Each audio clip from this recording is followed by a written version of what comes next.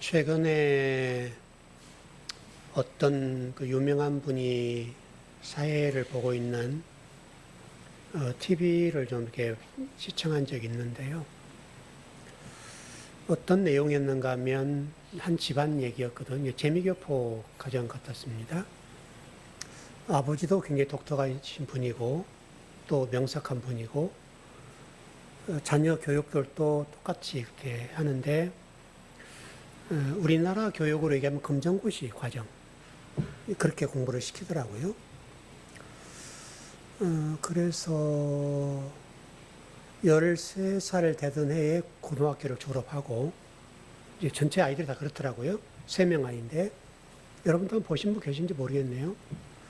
그래서 13살에서 17살까지 노스쿨을 그 공부도 인터넷으로 공부하고 그래서 현재는 18살인데 물론 이제 우리나라 나이로는 한 20살 되겠죠. 아마 그렇게 될 거로 보여지는데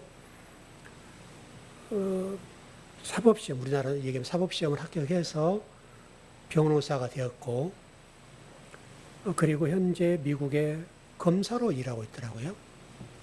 18살 우리나라 나이로 18살 만으로 18살인데 연봉이 1억 한 3천 그렇게 받고 있고요. 그 다음에 그것만 한 것이 아니라 18살인데 속기사 아시죠? 속기록 그 기록한 기계 있죠. 그거를 발명을 해서 1년에 수입이 한 3억 정도 되고 그 대단한 친구죠. 그러면 이 친구가 어떻게 공부했는가? 이제 그걸 저는 이제 그걸 본 거죠. 이 친구가 공부한 방법이 제가 가르친 방법과 똑같았어요.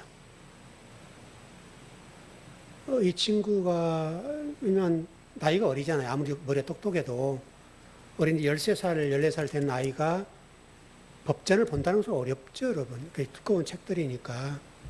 그리고 영어도 어렵고, 어렵지 않겠어요. 또 영어를 얼마나 잘하는지는 모르지만 우리나라 아이가 그쪽에 갔으니까 쉽지 않죠. 근데 어떻게 공부했는가 이렇게 쭉 들어보니까 처음부터 끝까지 100번씩 읽었대요.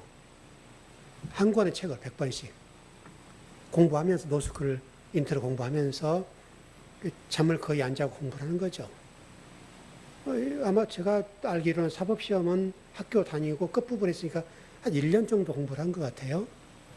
그래서 사법시험 합격을 했어요. 저는 성경 말씀이 그렇다고 봐요. 성경 말씀이 물론 여러분 이 두꺼운 책을 한 번 읽기 힘들죠. 두 번 읽으면 좀 속도가 빨라지겠죠.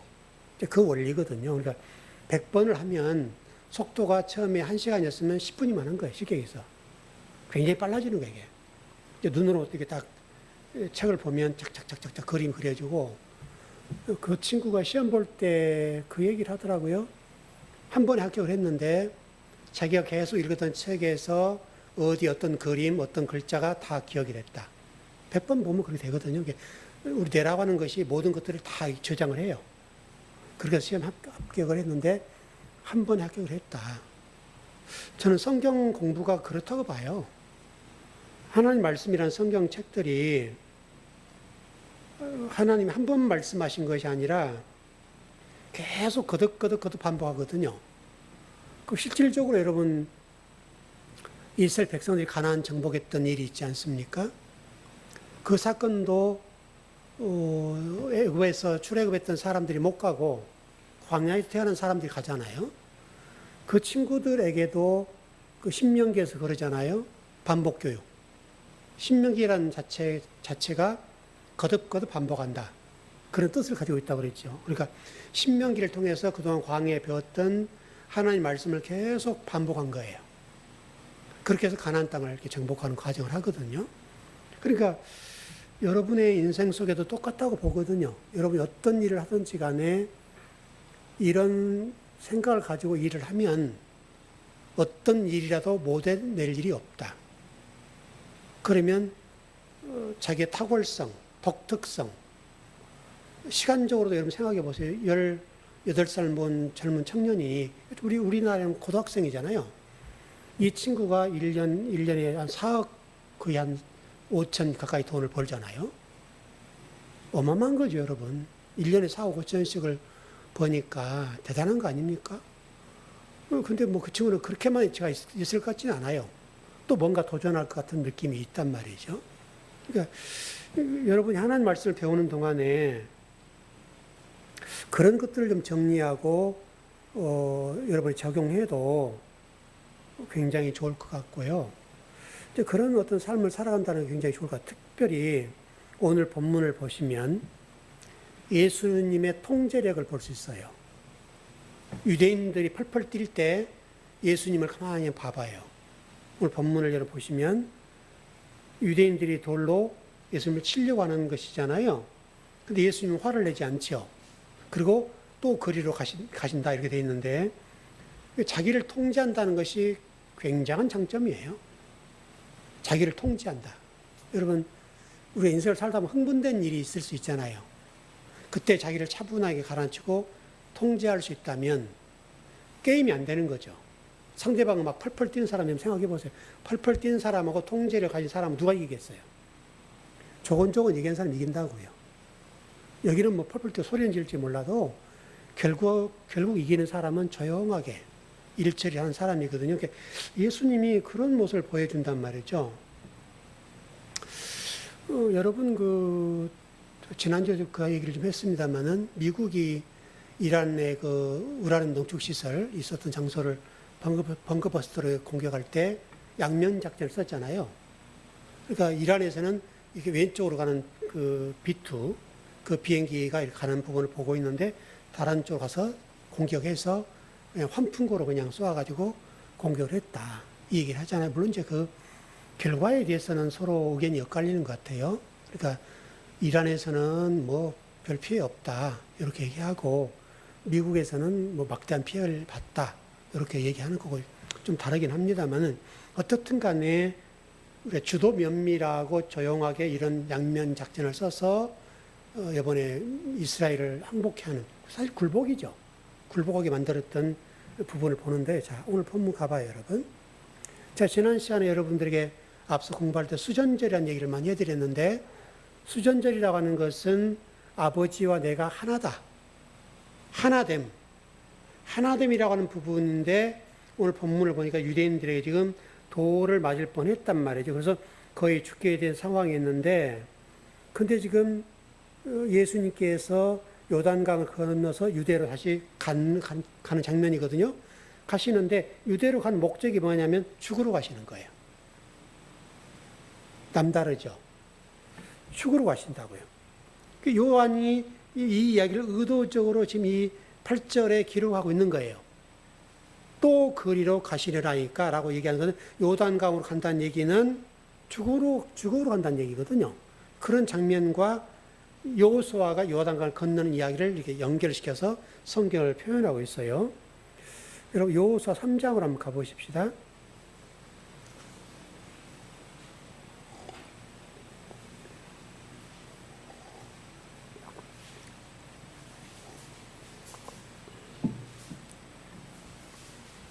여호수아 3장 1절에서 6절입니다.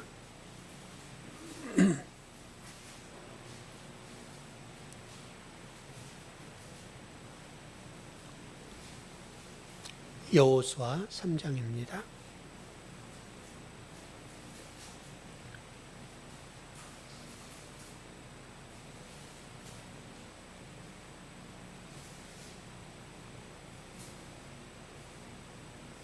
네, 같이 한번 합독하시죠.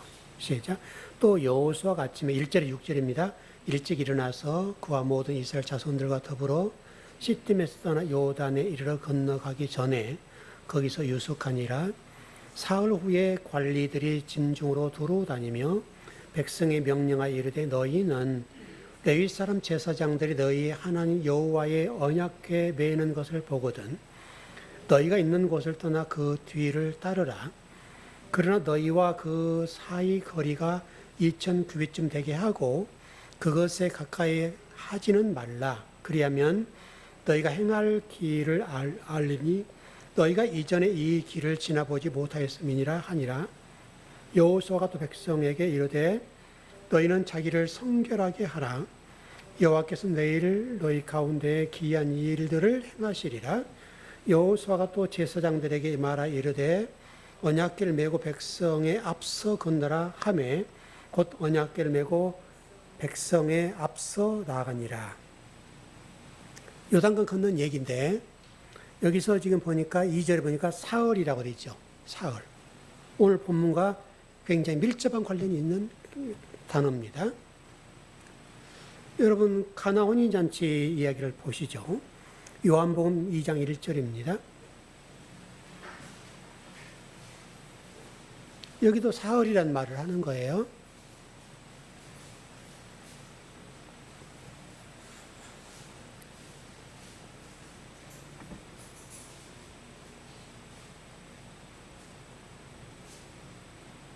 네, 시작. 사흘째 되던 날 갈릴리 가나에 혼례가 있어 예수의 어머니도 거기 계시고. 왜 여기도 지금 혼례 얘기를 하면서 사흘이라고 얘기를 할까요? 뭐 5일을 만들고 6일을 만들까요? 성경이 의도적으로 이렇게 기록한단 말이에요. 그러니까 그 가나의 혼인잔치라고 하는 것이 4일째 있었더라. 예를 들어서 4일째 있었는데 불구하고 성경은 3일째라고 기록한다고요. 누가? 사도 요한이. 물론 3일째 했겠지만 의도적인 부분이 있다는 거예요. 그리고 여러분 그 뒤쪽에 보면 그 예수님의 그 성전 시위 사건 이게 나와요. 그거 지금 가나 혼인잔치와 지금 연결시켜 주고 있는 장면을 보여주는데 가나 혼인잔치라고 하는 것이 물이 포도주 된 사건 아닙니까, 여러분? 물이 포도주 되었다는 말은 이 물이 포도주 되었다 이 얘기도 하는 부분인데 중요한 것은 유대인들 향해서 예수님께서 지금 말씀하시는 거예요. 유대인들이 가짜 성전이었는데 진짜 성전으로 바뀔 것이다. 요 얘기를 하는 거예요. 그러니까 너희들이 가짜 성전이었어. 왜냐하면 율법을 율법으로만 알았잖아요. 율법이 진리가 돼야 되죠. 복음이 돼야 되는데 율법이 율법으로 끝났어요. 사람을 정죄하는 것으로. 그러니까 율법이 율법으로 끝났기 때문에 가짜 성전인 거예요. 그러니까 가나 혼인잔치를 통해서 예수님 말씀하고 싶은 게 뭐냐면 가짜 성전인 유대인 너희들이 진짜 참 성전 돼야 돼. 이 메시지를 전해주는 거예요. 그냥 뭐 결혼했다 이런 얘기를 하려고 하는 게 아니라 그 사건이란 말이죠. 그래서 3일 얘기가 굉장히 중요한데 성경에 3일 얘기는 상당히 많아요. 아마 여러분 그 아브라함이 이삭을 모리아산에 드린 사건, 그 다음에 모세도 3일길 걸었고 야곱도 3일길 걸었고요. 또 애굽 광야 가나안 이것도 3일길이죠. 그러니까 애굽이란 하루와 광야 가나안 3일. 성경이 다 이렇게 돼 있다고. 이 3일이라고 하는 메시지가 뭐냐면 십자가의 죽음과 부활. 예수님도 3일 만에 부활하시죠. 그리고 우리 사람도 죽게 되면 3일째 장례 치르죠.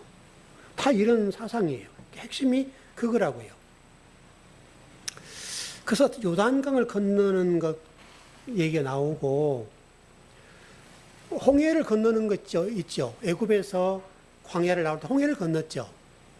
그래서 이제 혹자들은 이 얘기를 가지고 논란을 얘기해요. 우리 그리스도인들은 홍해와 요단강을 건너야 된다. 이렇게 하는 거거든요. 이건 이제 그러니까 뭐 일리는 있을지 모르겠습니다만은 그럼 한번 우리가 질문을 해볼 것이 뭐냐면 광야에 태어났던 사람들은 홍해를 건너지 않았죠. 요단강만 건넜죠, 여러분.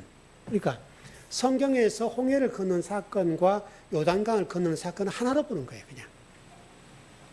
뭐 어떤 분들 해석을 어떻게 하든지 간에. 근데 많은 분들이 해석을 그렇게 해요. 그래서 복잡해, 머리가.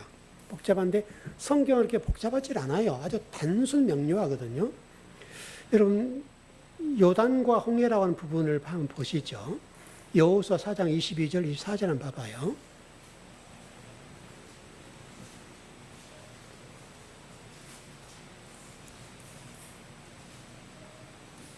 같은 사건으로 본단 말이죠. 여호수아 4장 22절, 24절입니다.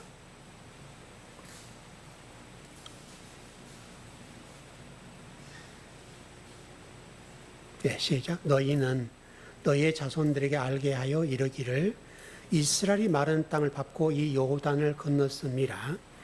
너희의 하나님 여호와께서 요단 물을 너희 앞에서 마르게 하사 너희를 건너게 하신 것이 너희 하나님 여호와께서 우리 앞에 홍해를 말리시고 우리를 건너게 하심과 같았나니 이는 땅의 모든 백성에게 여호와의 손이 강하게 하신 것을 알게 하며 너희가 너희의 하나님 여호와를 항상 경외하게 하려 하심이라 하라.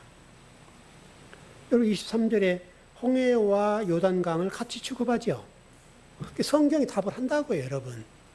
인간의 해석은 성경을 따라가야죠. 그렇지 않습니까, 여러분? 그러니까 요단강을 건넌 것과 홍해를 건넌 것은 하나의 사건이고 물이 포도주 된 사건과 또 예수님 성전을 청결한 사건도 똑같고 또 나사로가 살아나는 사건도 3일이죠. 3일이 아닙니까, 여러분? 똑같다고. 예수님의 죽음과 부활이 똑같죠. 다 3일이라고요. 그렇게 이해하시면 좋을 것 같아요. 그러니까 성경이 지금 예수님의 이 이야기가 출애굽 사건을 이렇게 끌고 와서 말씀하신다고요. 그래서 출애굽이 중요하다는 얘기를 그래서 한 거예요. 자, 요한복음 11장 9절이요. 요한복음 11장 9절입니다. 예, 시작. 예수께서 대답하시되 낮이 12시간이 아니냐 사람이 낮에 다니며 이 세상의 빛을 봄으로 실족하지 아니하고. 낮이라고 하는 빛과 연결되어 있죠. 그렇지 않습니까, 여러분? 빛이라고 하는 것은 굉장히 중요하죠. 그러니까 여러분들이 예를 들어서 지금 뭐 자외선 차단 뭐 그런 얘기가 많이 나오긴 한데 햇빛을 안 보면 안 되죠, 여러분. 저 같은 경우는 책상에 앉아 있는 시간 오래니까 지금도 그 비타민 D를 먹거든요. 햇빛 볼 시간이 별로 없으니까. 이게 햇빛을 안 본다는 것이 굉장히 안 좋은 거거든요. 빛이 그렇게 좋단 말이에요. 중요하다고. 그래서 낮에 다녀야 된다라고 되어 있어요. 여러분, 요한복음 8장 12절로 한번 가봐요. 낮과 밤이라고는 설명하는 건데요. 네, 시작. 예수께서도 말씀하여 이르시되 나는 세상의 빛이니 나를 따르는 자는 어둠에 다니지 아니하고 생명의 빛을 얻으리라. 그렇죠, 여러분? 여러분 표현상 깍두기라고 하죠. 힘 좀 쓰고 그 조폭들. 그 사람들 어둠의 자식이라고 그러지 않습니까, 여러분? 바로 그런 얘기가 똑같아요. 자, 그러면 왜 낮에 다녀야 되는가? 요한복음 12장 35절이요.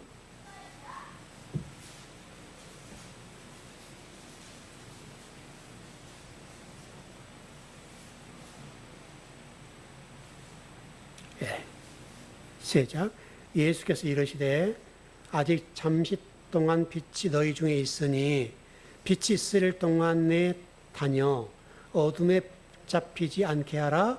어둠에 다니는 자가 그 가는 곳을 알지 못하느니라. 그렇죠? 낮에 다닌다는 것과 밤에 다닌다는 것에 엄청난 차이예요. 이 차이예요. 이제 낮이라는 단어가 페리파테오라는 단어인데요. 굉장히 중요한 단어. 세상의 빛. 이렇게 할 때 그렇게 보는 거고요.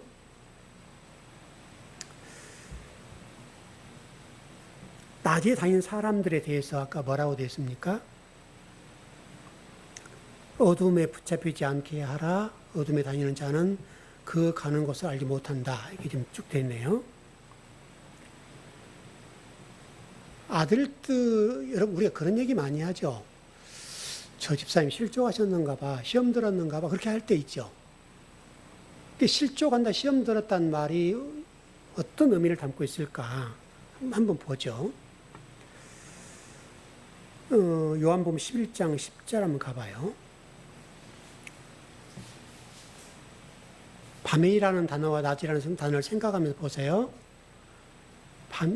시작. 밤에 다니면 빛이 그 사람 안에 없는 거로 실족하느니라. 밤에 다니는데 실족한다고 한다고요. 그 실족이란 단어가 뜻이 뭐냐면 부딪히다, 넘어지다, 걸려 넘어지다, 떨어지다는 뜻이에요. 실족이라는 단어가. 그럼 해석을 해볼게요. 마태복음 7장 27절로 한번 가봐요. 마태복음 7장 27절.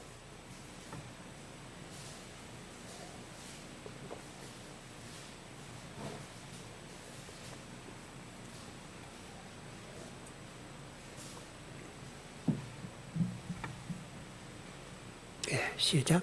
비가 내리고 창수가 나고 바람이 불어 그 집에 부딪힘에 무너져 그 무너짐이 심하리라. 여기서 아까는 실족이라는 단어였는데 여기서는 부딪히다. 이게 실족이라는 단어와 헬라어가 똑같아요. 부딪히는 거예요. 마태복음 7장 27절이 어떤 얘기냐면 이런 얘기죠. 지금 여러분 앞부분 보면 그런 얘기가 나왔죠. 비가 오고 바람이 부는데 집이 어디 세워졌어요? 모래 위에 세워졌죠. 모래 위에 집을 세웠는데 창수하고 비가 오니까 바람이 부니까 부딪히니까 넘어지죠. 이것을 지금 뭐라고 얘기하는가 하면 실족이라는 실족. 실족이라는 단어는 우리가 생각할 때 마음에 시험 들었는가 하면 이런 의미로 많이 쓰이지만 여기서 실족은 모래 위에 지은 집, 반석에 지은 집과 모래 위에 집을 지었는데 이 모래 위에 집을 지었다는 이 의미가 실족이라는 단어예요. 실족. 네.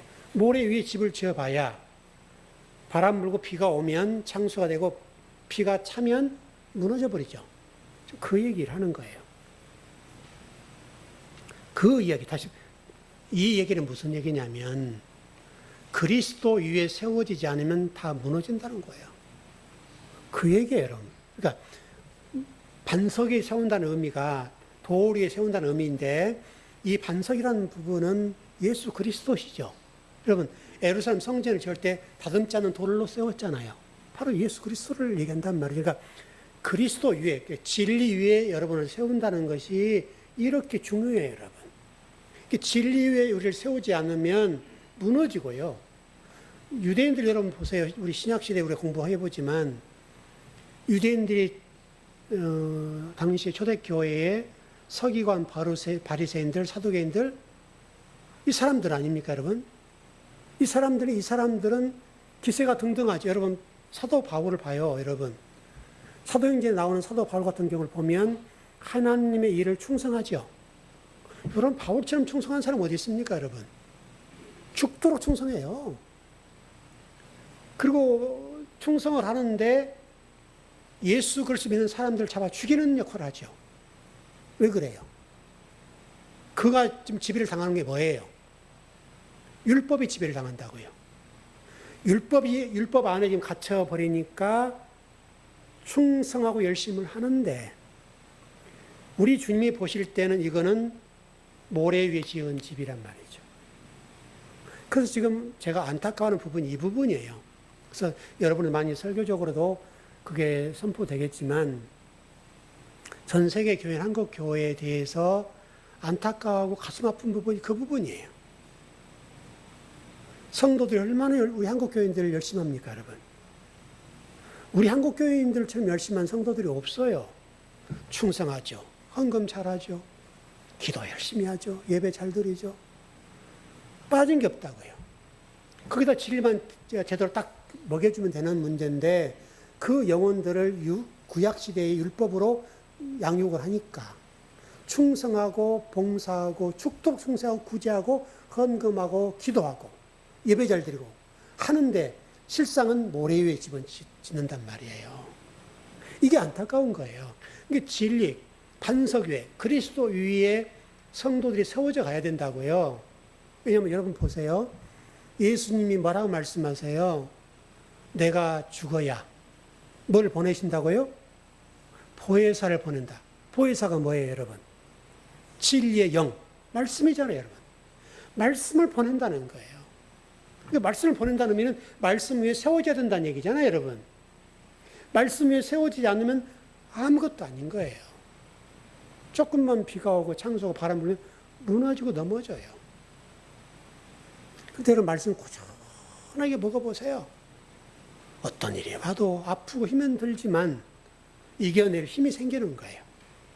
여러분, 고통이 오고 걱정이 오고 근심이 오는데 아무 이게 부딪힘이 없다. 그럼 그건 돌이죠. 그렇지 않아요? 어려움은 아프죠, 여러분. 아프고 시험 오고 경제적인 어려움이 오고 낭망이 오고 정말 어떻게 할 수 없는 일이 오면 힘들죠. 그러나 말씀이 우리를 그걸 이겨내게 한단 말이죠. 바로 그 문제예요. 그래서 반석에 세워진다는 것, 그리스도에 세워진다는 것이 여러분이 실족하지 않는 유일한 방법이에요. 실족하지 않는 것이. 여러분 로마서 9장을 한번 가봐요. 30절, 32절입니다. 로마서 9장.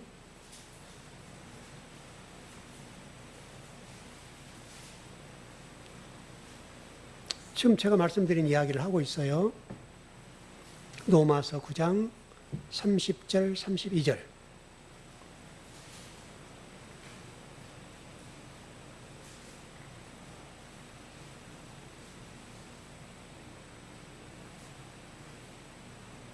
예, 다 찾으셨어요? 예, 시작.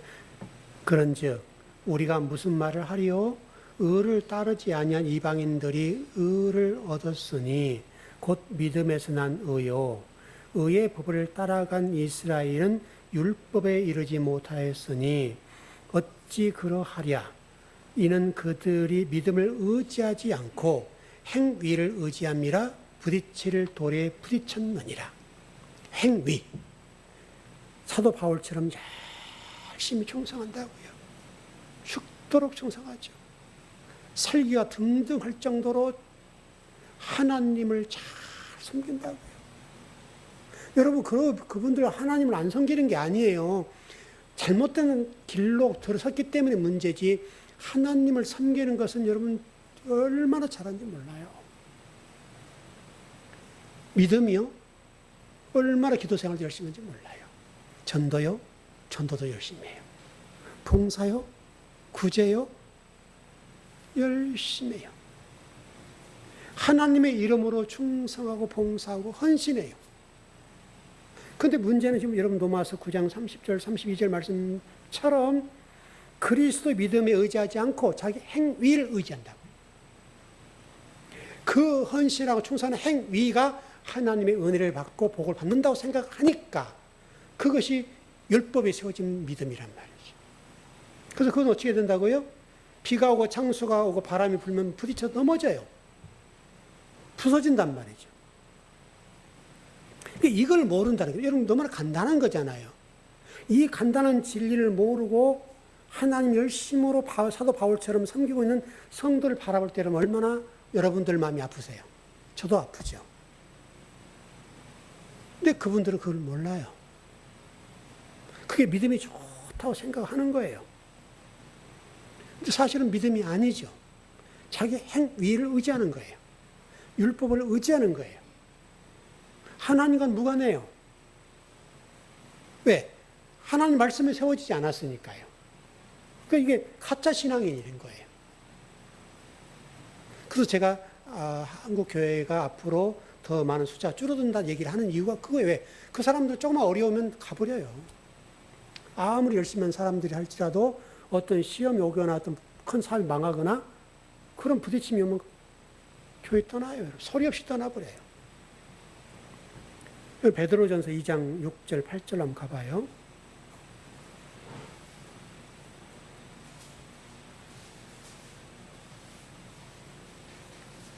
(9절까지) 그냥 보죠. 베드로전서 2장 6절에서 9절입니다.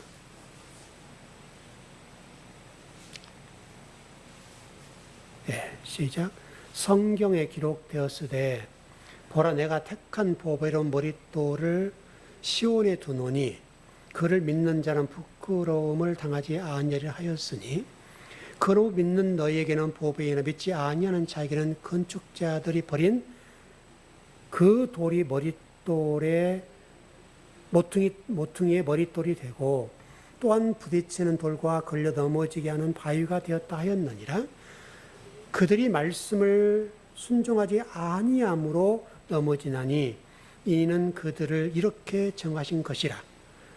9절 그러나 너희는 택하신 족속이요 왕 같은 제사장이요 거룩한 나라요 그의 소유된 백성이니 이는 너희를 어두운 데서 불러내어 그의 귀한 빛에 들어가게 하신 이 아름다운 덕을 선포하게 하려 하심이라. 10절이요 너희가 전에는 백성이 아니더니 이제는 하나님 백성이요 전에는 궁유를 얻지 못하였더니 이제는 궁유를 얻은 자니라. 하나님은 어두운 데서 우리를 불러냈어요. 빛의 자녀예요. 그러나 율법에 갇혀 있으면 밤의 상태예요. 이게 문제예요, 여러분. 그래서 낮이라고 하는 이 단어가 그래 중요한 거예요. 낮이라는 이 부분, 여기에 속한 자가 된다는 것이 여러분, 그래서 이게 성경의 복인 거예요. 저와 여러분을 어둠에 불러내서 왕 같은 제사장으로 삼으셨다. 이렇게 말씀하거든요. 여러분 요한복음 11장 1절 한번 가봐요.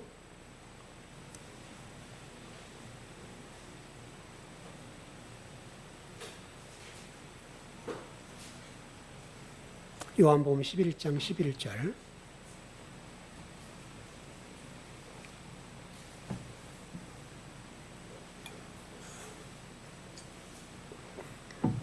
네, 시작.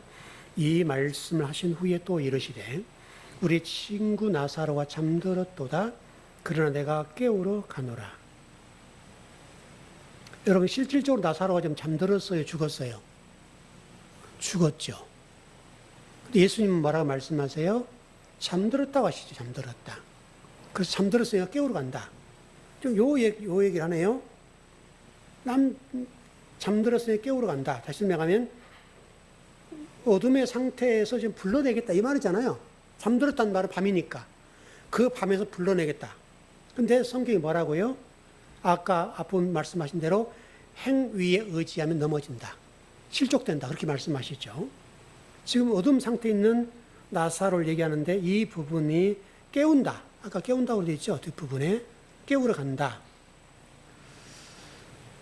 로마서 13장 11절 한번 봐봐요. 깰 때라고 하는 부분이네요.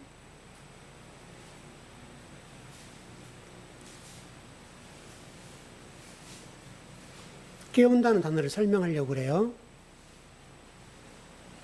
로마서 13장 11절.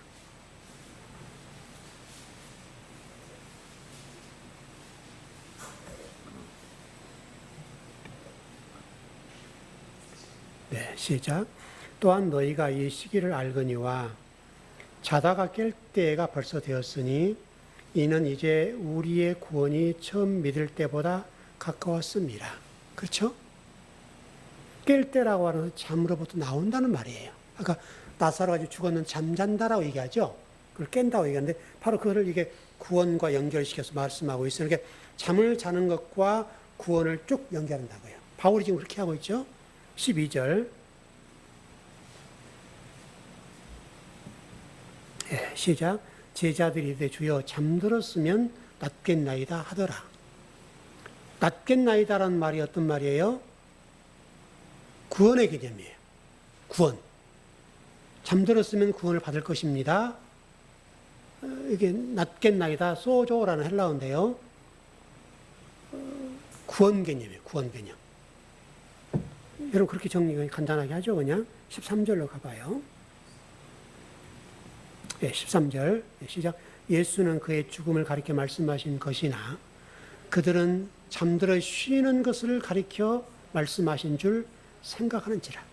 똑같이 말을 했는데 예수님이 말씀한 것과 제자들이 말하는 게 다르죠.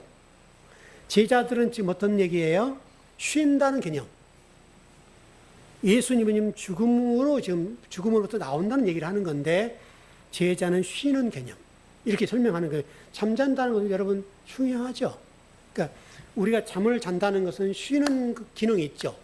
또 잠을 자는 또 죽는 기능도 있죠. 근데 그 두 가지가 있다고요. 완전히 죽는 상태, 또 잠을 자고 쉬는 상태, 요 부분인데 예수님 그 얘기를 하시는 거예요. 제자들은 나사로가 쉰다고 얘기하는 걸 이해했고 예수님께서 생각한 것은 그 잠은 죽어 있다 이 얘기를 하는 건데 그 말귀를 못 알아듣는 그 장면이라 볼 수 있겠어요. 근데 이 잠이라는 단어요. 이 단어가 그리스 신화에서 나온 단어예요. 그리스 신화에서 나온 단어인데 다나투스라는 단어인데요. 그리스 신화에 나오는데 이게 쌍둥이 신이래요. 이게 쉰다는 것과 잠잔다는 것, 이게 쌍둥이 복음이래요. 그래서 제가 제목을 원래는 쌍둥이 복음 이렇게 하려고 했다 이렇게 한 거거든요. 그렇게 보시면 될 것 같고 하나만 보죠. 마태복음 27장 52절.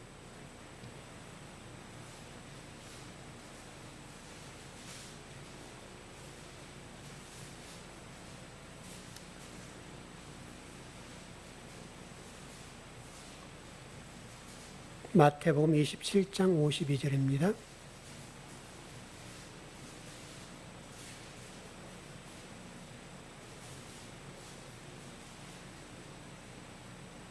예, 시작.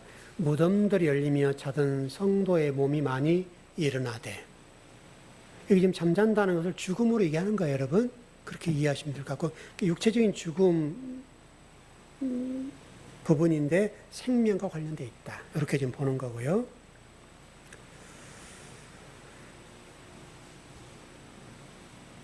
근데 한 가지 정리하십시다.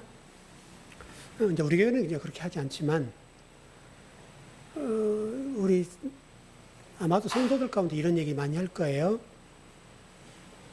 집사님 깨어 있어. 기도해 그 말이죠. 깨어 있어. 여기 이렇게 하는 건데. 그 말은 이제 예전에 우리가 알던 신앙의 수준으로 보면 깨어 있으란 말에 잠자지 말고 기도해. 체라 기도하고 집사님 그런 문제 있으면 기도해. 이렇게 하죠. 교회 와 체라 기도하고 그래. 이런 식으로 얘기를 하는 거죠. 잠을 자지 않고 기도해라. 이런 의미로 깨어 있으라는 단어를 이해하는 거죠. 근데 이제 극단적인 예입니다만은 좋지 않는 예지만 이해를 돕기 위해서 설명하는 거예요. 신혼 부부가 있다고 가정하자고요. 신혼 부부가 있는데 아내가 결혼한 이후로 밤만 되면 교회를 가요. 그리고 철야 기도를 하고 돌아가요. 그럼 신랑 입장에서 생각해 보죠. 예수 믿는 게 원수죠.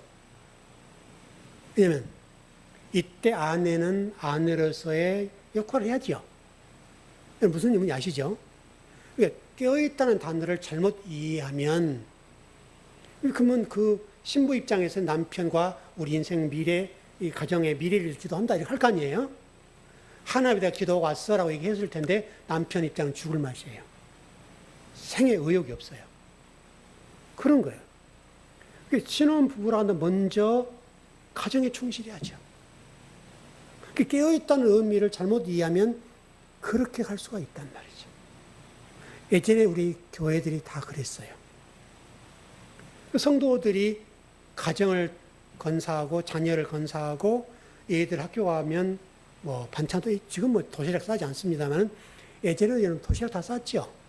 그 도시락도 싸주고 얘들 옷도 챙겨주고 옷도 좀 다려주고 그다음에 과제도 좀 잘했나 보고 그래야 되는데 철야기도 하고 아침에 오면 피곤하죠. 얘들이 어떻게 가는지 뭐 도시락이 어떤지 아무것도 모르는 거예요. 자녀 입장에서는 우리 엄마가 철야기도 하니까 다른 애들은 다 밥 사주고 도시락 싸주는 나는 못 사간다. 이 입장에서는 이게 상처가 되는 거예요. 그렇죠, 여러분? 성경이라고 하는 또 신앙생활이라고 하는 거예요, 여러분. 깨어있다는 단어가 나쁜 의미가 아니죠. 좋은 의미인데 그 좋은 의미를 잘못 활용하면, 잘못 사용하면 그 깨어있다는 의미가 잘못될 수 있어요. 예를 들면 사업하신 분이 있다고 하자고요. 그럼 교회에서 행사가 많아요. 그럼 집사님 교회 행사 있으니까 나오세요. 이렇게 할 거 아니에요? 집사님 뭐 좀 맡아서 얘기 좀 해주세요. 그러면 뭐 에서 큰 사업을 하는 바이어도 만나서 사업도 확장해야 되고, 이 오다도 따야 되고, 할 일이 많잖아요. 근데 교회 목사님이 부르니까 안 올 수가 없는 거예요. 왜? 맡은 또 직분이 있으니까.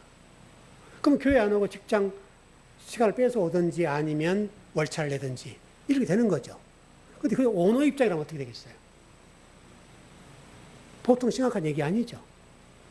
그래서 여러분, 교회라고 하는 것이 성도들이 좋은 거지만 주의 종들이 그런 부분들을 잘못 이해하고 해석해서 성도들을 불러대면 성도들은 사업을 못하죠. 성도가 사업을 열심히 하도록 밀어주는 게 목회자 역할이죠. 직장생활 잘하도록. 여러분, 성도들에게 여러분 교회 일을 맡겨가지고 직장생활 가서가지고 교회 일 한 사람이 많았어요. 또 거기서 뭐 해서 뭐 주호도 만들어 오고 뭐 교회 뭐 이것도 해오고 저것도 해오고 한 사람이 얼마나 많았는지 몰라요. 직장에서 일을 해야 되는데 교회 일을 하는 거예요. 그러면 여러분 그 안에 부서의 장이나 오너가 볼 거 아니에요, 이거?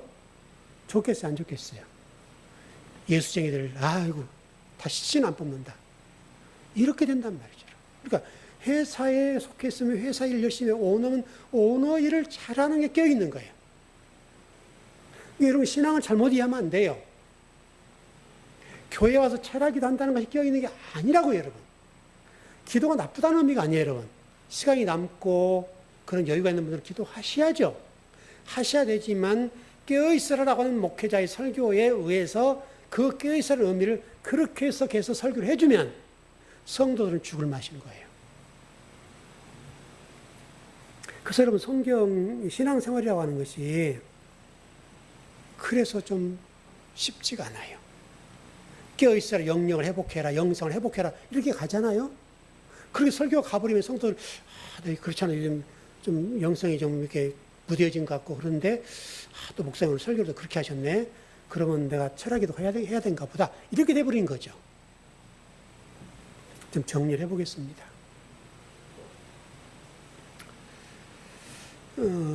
그래서 열심히 한 건 좋은데 성경이 요구하는 열심, 그게 마리아와 마르다와 같은 열심, 어떤 것을 열심히 할 거냐, 요 부분을 잘 우리가 이게 봐야 되고, 또 목회자가 신앙을 양육하고 가르칠 때 어떻게 할 것이냐, 이 문제인데, 왜냐하면 성도들은 목회자 영향을 받잖아요. 안 받을 수가 없어요, 여러분. 만약에 제가 여러분 막 전도하세요, 막 이렇게 해보세요. 여러분 영향을 받습니다. 하면 여러분들이 스스로 전도해야 되네. 그 이제 주보해서 나가서 전도하고 뭐 한단 말이죠. 나쁘다는 의미가 아니라 그만큼 목회자 영향이 막대하단 말이죠. 이게 목회자가 어떤 방향으로 신앙 교육을 하느냐에 따라서 성경이 달라져 버려요. 그러니까 바르게 가르치면 되는 거죠. 그 안에서 은혜를 체험하고 그 안에서 헌신도 하고 충성도 하고 또 남으면 전도도 하고, 그건 그분들의 몫이죠. 오늘 말씀처럼 저와 여러분들이 성경 토대 위에 여러분과 저를 세워서 하나님 나라를 잘 세웠으면 좋겠어요. 그 복을 꼭 받으십시오. 예, 기도하겠습니다.